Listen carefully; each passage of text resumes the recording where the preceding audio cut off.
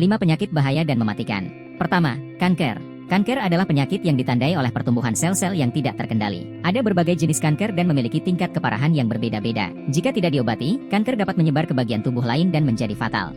Kedua, stroke. Stroke terjadi ketika pasokan darah ke bagian otak terganggu, biasanya karena sumbatan atau pecahnya pembuluh darah. Hal ini dapat menyebabkan kerusakan otak yang permanen atau kematian jika tidak segera diobati. Ketiga, serangan jantung. Serangan jantung terjadi ketika aliran darah ke jantung terganggu, biasanya karena sumbatan pada pembuluh darah koroner. Tanpa perawatan medis yang cepat, serangan jantung dapat berakibat fatal. Keempat, HIV/AIDS. HIV adalah virus yang menyerang sistem kekebalan tubuh, dan AIDS adalah kondisi yang berkembang ketika infeksi HIV telah merusak sistem kekebalan tubuh seseorang secara signifikan.